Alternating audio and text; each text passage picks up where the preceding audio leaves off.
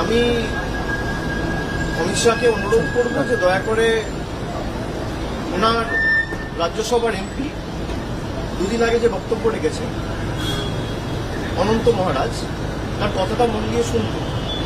2 মাস আগে তাদেরই লোকসভা এমপি জগন্নাথ সরকার যে কথাটি বলেছে সেই কথাটি মনোযোগ দিয়ে শুনতে।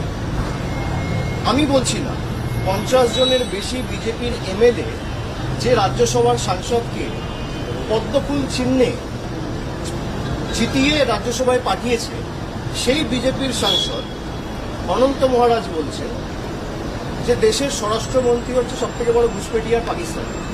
আমার কথা না, যে বিজেপির সাংসদকে বিজেপির বিধায়করা নির্বাচিত করে সংসদে পাঠিয়েছে সেই বিজেপির সাংসদ বলছে 2 মাস আগে লোকসভার সাংসদ রানাঘাটে জগন্নাথ বাবু সে বলছে যে বিজেপি যদি বাংলায় ক্ষমতায় আসে তাহলে আর বর্ডার বলে কিছু থাকবে না।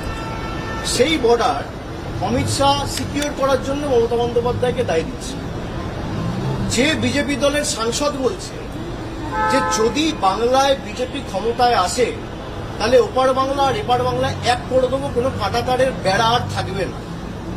কে বলছে? জগন্নাথ মজুমদার। আমি বলছি না, তৃণমূল বলছে না, বলছে বিজেপির নির্বাচিত সাংসদ। বিজেপি কি তার বিরুদ্ধে কোনো শোকজ নোটিশ সার্ভ করেছে? বিজেপির সর্বভারতীয় সভাপতি বা দলের নেতৃত্ব কি তাকে দল থেকে বহিষ্কার করেছে? বিজেপির নেতৃত্ব তার বিরুদ্ধে কোনো রকম কোনো ব্যবস্থা নিয়েছে?